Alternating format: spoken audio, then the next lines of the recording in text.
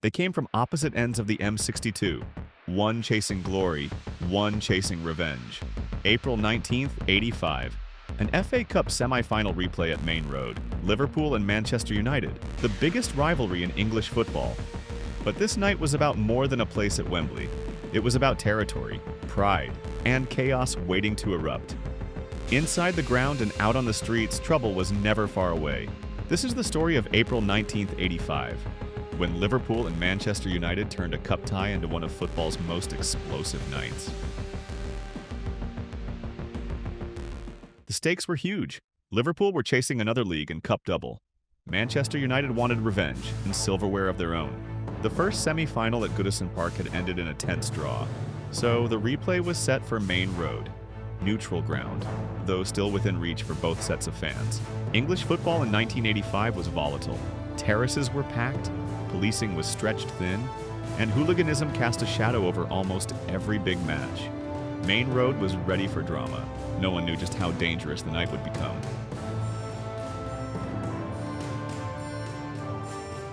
As dusk settled, supporters poured into Merseyside.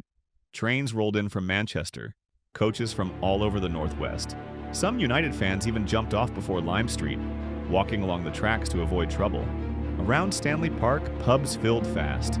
Beer spilled onto the pavements. Voices grew louder. Police tried to keep rival groups apart, but the mood was already turning. Reports spoke of smashed windows and running scuffles. 2 officers were hurt. Ambulances shuttled fans to hospital. By the time the gates opened, tension was everywhere. A storm waiting for kickoff.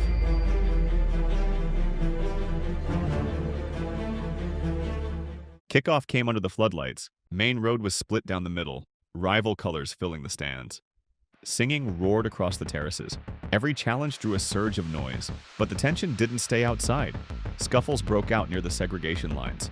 Police kept a close watch as tempers flared in pockets of the crowd. On the pitch, the football was fierce. United fell behind when Paul McGrath headed into his own net. Brian Robson dragged them level with a thunderous strike from distance. Then Mark Hughes pounced to fire the winner. Maine Road erupted. Triumph for United, heartbreak for Liverpool. Yet the hardest part of the night was still to come.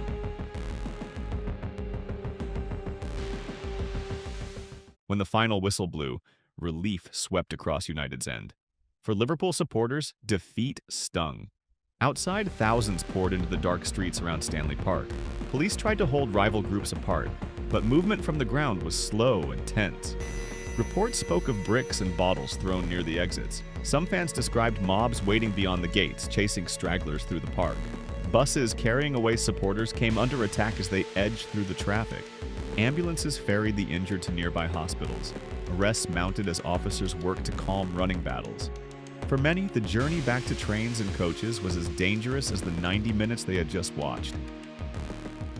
Morning headlines told 2 stories. On the back pages, United's march to Wembley. On the front, violence that had scarred another big match. Police listed dozens of arrests and injuries. The FA promised to review safety at semi-finals. For many, it was proof that English football in 1985 was on the edge. Within weeks came the Bradford fire and the disaster at Heysel. The game would soon be forced to change.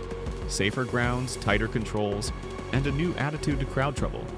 Looking back now, that April night stands as a reminder of a very different era.